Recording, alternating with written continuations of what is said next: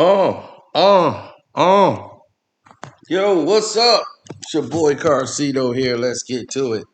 Now, there has been many levels to this.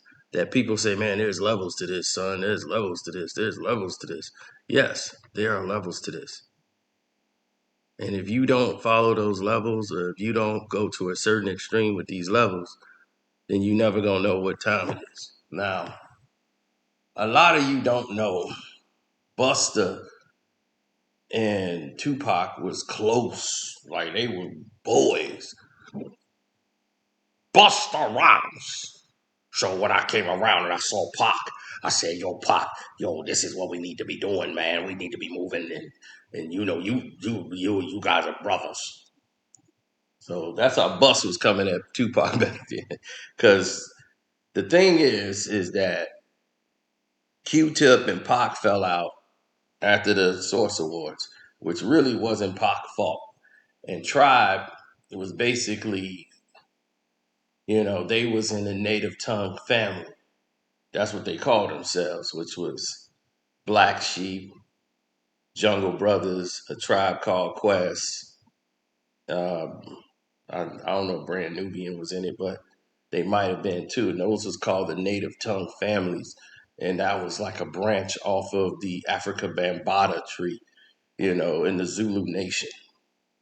So those guys were all in one big family, and Pac was pretty much they adopted son. Like Pac is rolling with us, like he cool. He's part of this. Now, the thing that translated differently with the rest of us, or like period, like the major bridge generators was like Ice T. Like Ice T came along and was, yo, I'm gonna tell you like this. Yo, it's your boy Ice. And I'm gonna tell it to you smooth. If you go to the East Coast, they not finna accept everybody. So I'm gonna tell you like this. If you rolling with me, stay close to the syndicate. Okay? Because I'm gonna tell you like this here. They be cool with you, and then it'll turn on you, and you won't even see it coming. Now they don't mess with us because we got the syndicate, we plugged. We don't say Crip or Blood, red thing or blue thing. We don't do that. That's why we all in black, because that's the one color that's united all of us. We black, like in WA. You see, in WA we were black. Red was a Crip, but he wasn't gang banging on wax. So we gonna try to follow that same rule over here.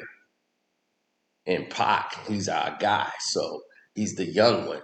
So we got to look out for our youngins when we go east or west. So that's how Ice-T approach was. And Q, he got adopted and went over there because of Public Enemy and they beats that they had when Public Enemy was coming out, and he wanted Hank and Shock to make those beats. Like, I need those beats. So he wanted that sound, period. So he went over there to get that drum sound from the PE. So he got close to Chuck D and all those guys and went over to the East Coast for his first release. And he's a West Coast artist. His first singles, first CDs, and all that was all coming from the East. Hank and them doing all those beats for him. Now everything's finna switch up, right? Because he's doing all that. What else he do? Oh, he flipped script. No, he didn't. Yes, he did. Got close to Kane, got close to Zulu Nation, all those brothers over there. So Cube is plugged on the East Coast. That's it. Cube's like an East Coast brother. So what's the next step?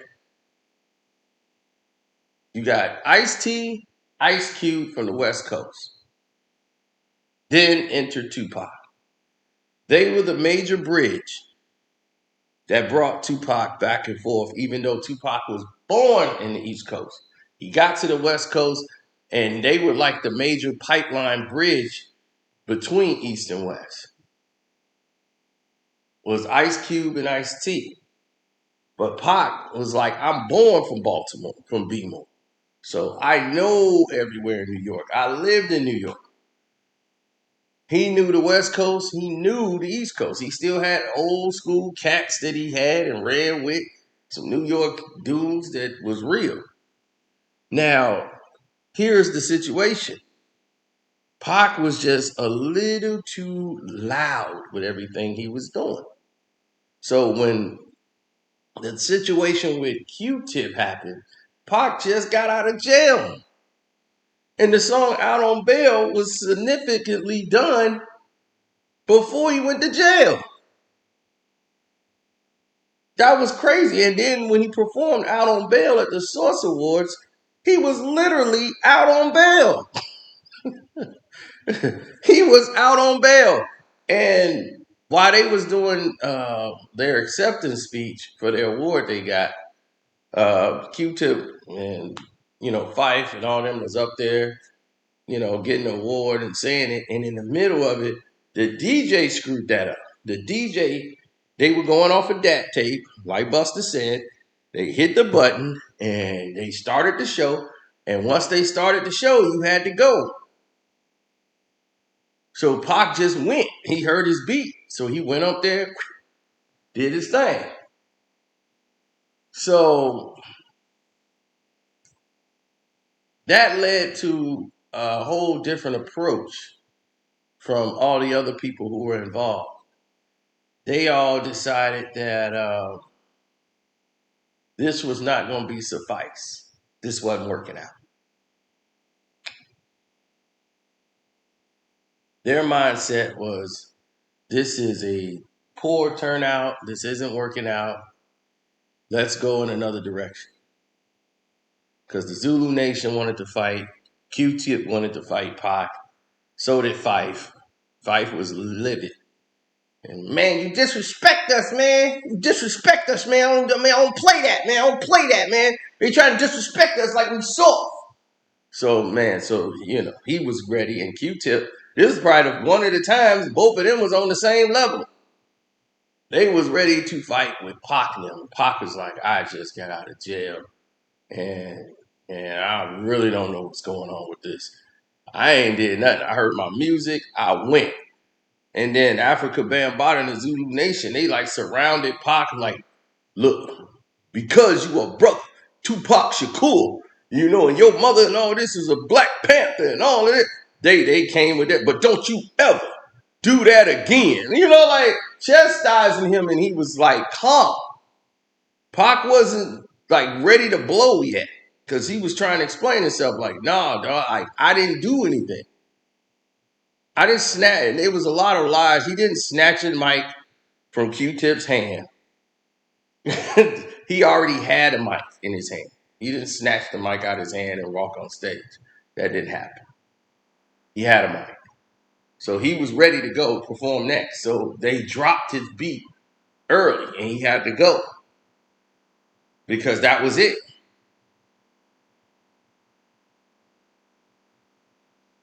And he just went off on stage. Then he did an interview after that and everything was brewing. So the guys he had with him, with Stretch, Live Squad, all them dudes was with him, they was there in case it got funky, but it wasn't going to get like that. Especially not with the Zulu Nation doing security, all this stuff. No, it wasn't finna go down like that. So at the end of the day, when it was all over, everybody went their separate ways. Tupac called Busta because he knew Busta was cool with Tribe Called Quest and all that back at that time. Everybody thought he was a member. When Scenario and all that was out, they thought Busta was a member. But he didn't just left his leaders of the new school and joined them.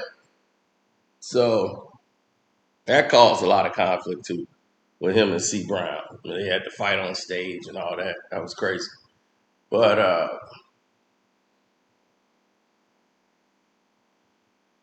now,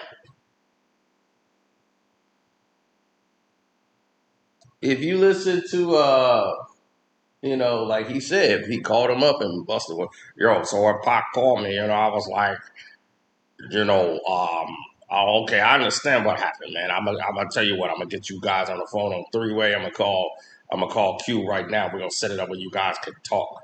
So that way you guys can get this thing squashed. Cause it didn't get squashed at the Source Awards. It was like everybody cool, but everybody's still mad. So let me go ahead and get it all squashed. And I'm a Busta Rhymes. No. So so anyway, no. So anyway, he calls him up and Pac talked to him and they talked and then they were cool. They were brothers. Until Poetic Justice. That's a whole nother thing. But until then, everything was cool. It was smoothed over. It was no problems. Now, more drama came after the fact.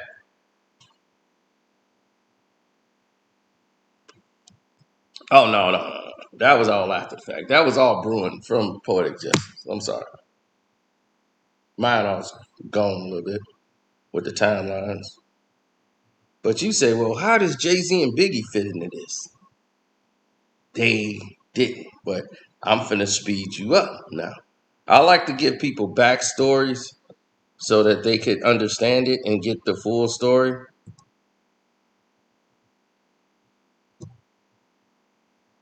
Now, you might be saying, well, damn, this was starting all the way back with Q-Tip, back with Poetic Justice, because at that time he was dating Janet Jackson. And he already had a thing with Pac. And yes, that was true. He was the guy that was in Poetic Justice who got killed in the beginning, and they were actually dating. So they was like, man, how does he get a better kiss from Janet Jackson than Tupac, who's the star of the movie? And all the controversy came with the kiss and all that. And Q-Tip was at the like, man, this dude, you should go ahead and make sure you get tested. This guy's kind of all over the place with women. Q-Tip was the one in her ear putting those insecurities into her mind. So when you have Q-Tip, who's her boyfriend at the time, who was putting all this toxicity in her brain to think about Tupac, to ask for all these things, now you're creating a bigger problem, and you're making the chemistry between the two not good.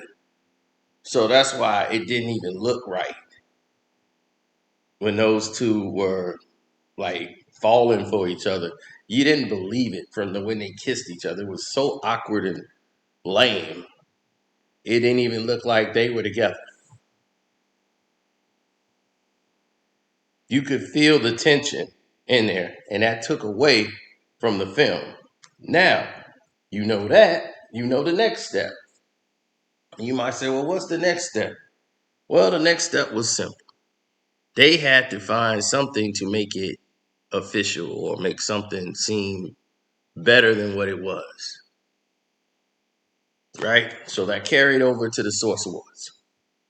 So when that happened, it just so happened to be Tupac comes out, cut him off, and he thinking this is about Poetic Justice, Janet Jackson, all the stuff he was saying about Janet Jackson after the thing was over and this and that.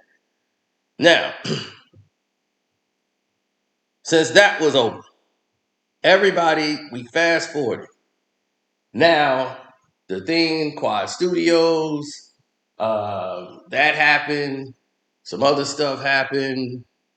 Now Biggie, they saying Biggie that hit him up, come out, and all this is up there. Now we fast forwarding through all this. So 1994 is gone. Now we in 95. Biggie's here, and where does Jay-Z come into all this? Now Biggie, Jay-Z, and Busta, great friends. All attended the same school, probably not all at the same time, but they all attended the same high school, right? Now,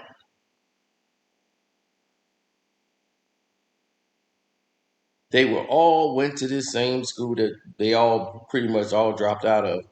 But but anyway, these guys who became the legends in hip hop or iconic figures in hip hop were all cool.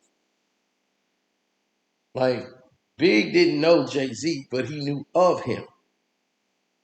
And Busta and Biggie got close due to the people they knew around him. So when Biggie was coming up and was the man, Jay-Z was just starting to come out with his Reasonable Doubt album. And before that, he had his mixtape coming and all of this. And Big was getting told by the DJ, his homeboy, Jay was his homeboy. And he was like, man, this dude again. You keep playing this dude's songs. Like, yeah, dude, okay, dude can rap. Okay, I get it. He can rap. Like, but dog, you really think he better than me? You think this guy better than me? Like, dog, you the best rapper ever, but Jay-Z, though, man, he the best. He the best MC. Man, it's like he talking to you, man. It's like he talking to you. Man, Big's like, man, whatever, man. Like he wasn't feeling it at all.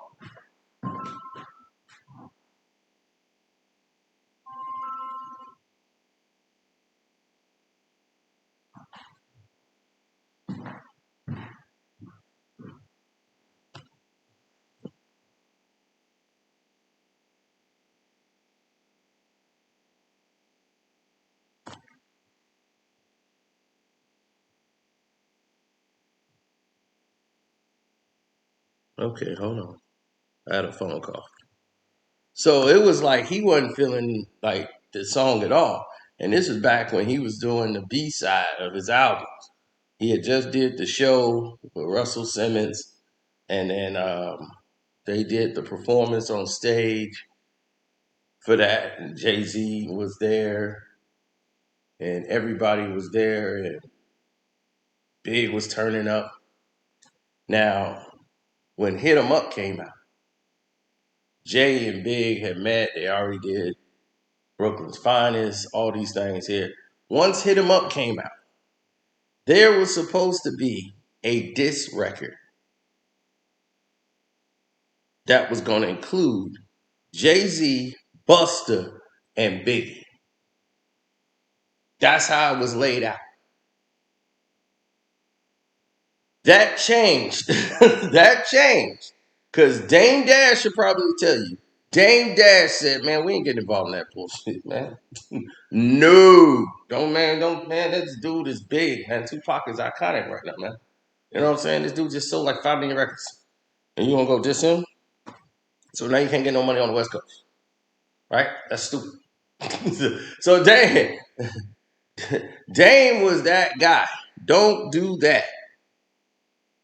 That was Dame's whole approach. Don't do that.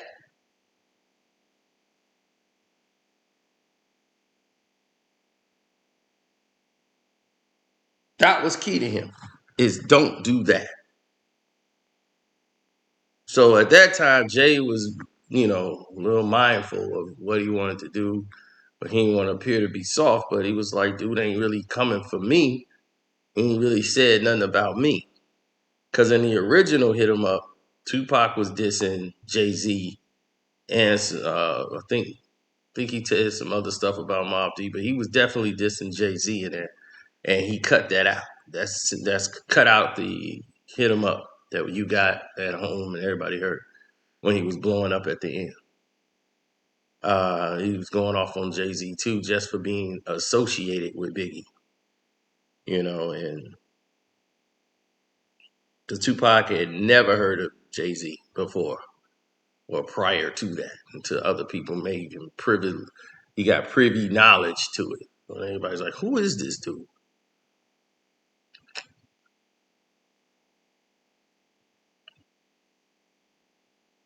So he was going after Jay-Z. And so Nas is supposed to be on this record. Jay fell out and Nas got on the record. And this was supposed to be a Busta Rhymes song. This is going to be on Busta's album. And it was called Dangerous MCs. and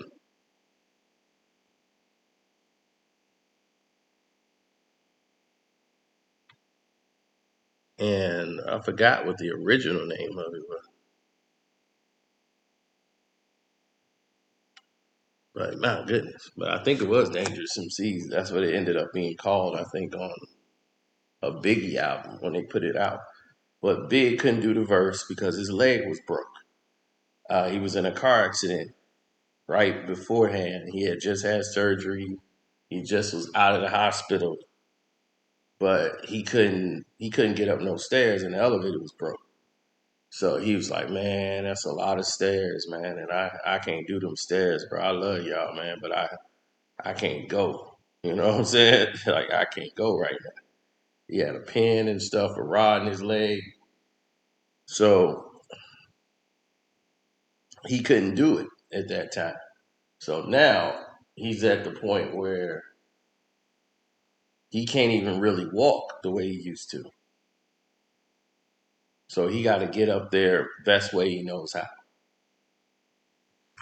So all that translates to is a whole different situation involving him, meaning that they're gonna go in a crazier direction than what people are accustomed to seeing.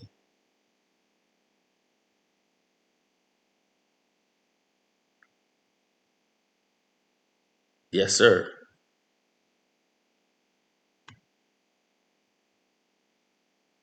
No, there's a lot of different intangibles that was put into play. Jay Z stepped out of the song, and well, Jay Z wasn't a bigger name, so Nas got on the track, and it was gonna be Nas, Big, and Busta, and it was gonna be on Busta's album. So Nas and Busta was up there waiting on Big, and he didn't show up. So Jay Z had pulled out of the song,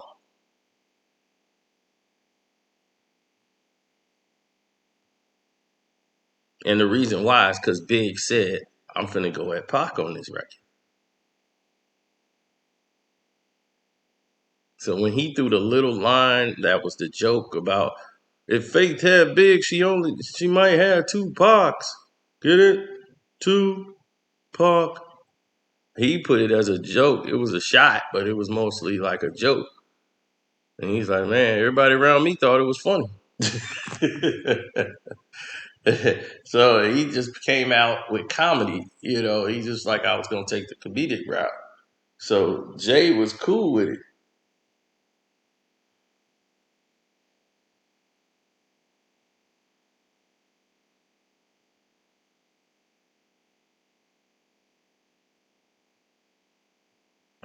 Well, they didn't know what he was talking about, but it was crazy at the time what they was going through. It really didn't make a lot of sense to some people, but to us, we knew. We knew what the whole thing was. So it wasn't no big deal with us. But Nas didn't get on the record because Nas was not going to record his verse before Big's. He ain't finna lay his verse, let Big hear his verse, then say, okay, I'm finna come over the top of it. Nas was like, nah, I ain't getting played like that. So so he's like, nah, son. Yeah, when he lay his verse, then I'll lay mine and we lay it at the same time. Yeah, word. So that was it. He was out of there. So the next day, or I think it was the next day or before that was out, Big came and did his verse. So he went up there on the elevator. I guess they got the elevator working. And he was able to go up there and record his verse. But Nas was already gone. He wasn't there. So Buster pulled the song from his album because everybody was like, man, this dude is dissing, Big. I mean, Pop on the record. But the song was actually finna be recorded before that whole thing that happened in New York with the whole MTV awards and all that crap. So that was a whole different situation.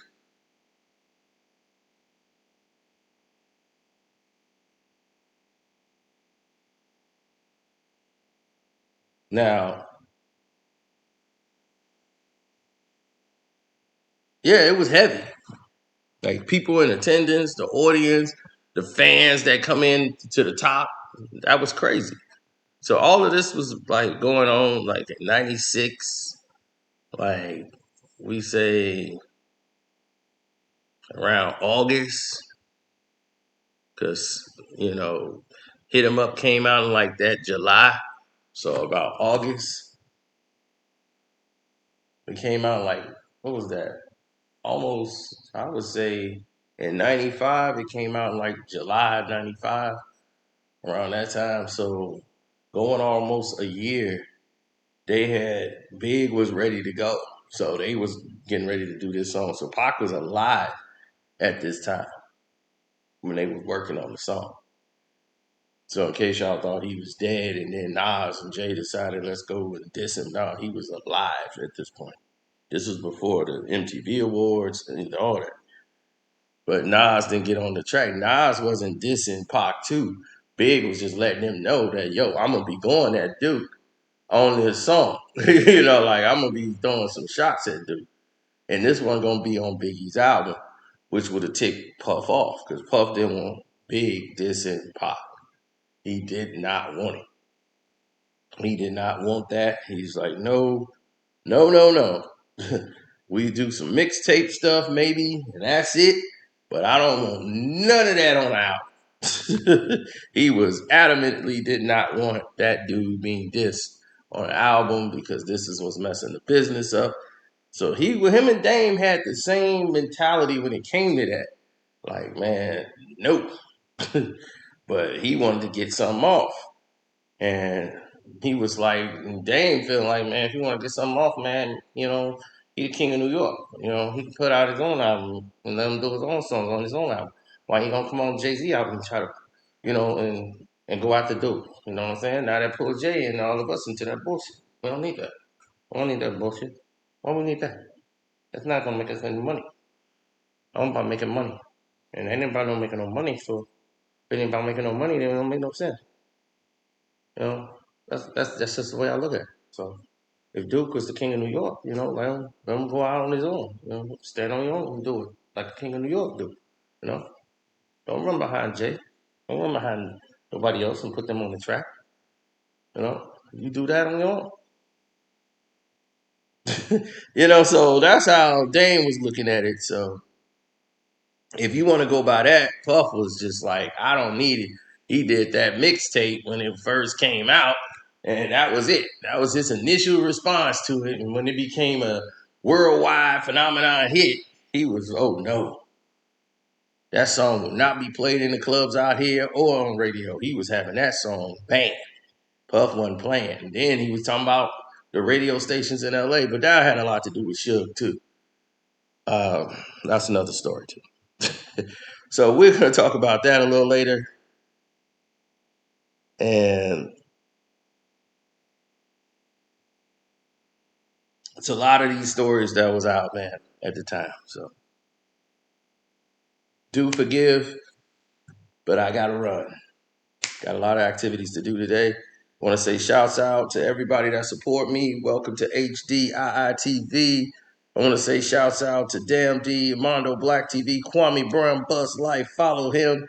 Jag Sports with Jose Rodriguez, Angela Stanton King doing her thing. Dreamers Pro doing their thing. Everybody stay positive out there, man. Bless. Be easy. And don't forget to follow the Patreon. The Casino for Life Patreon. We're going to go into the Jay-Z and Biggie battle. Yeah. This is kind of the preset to what was going on. And y'all really wasn't privy to a lot of it. But we'll fill you in on the Patreon. I'm out.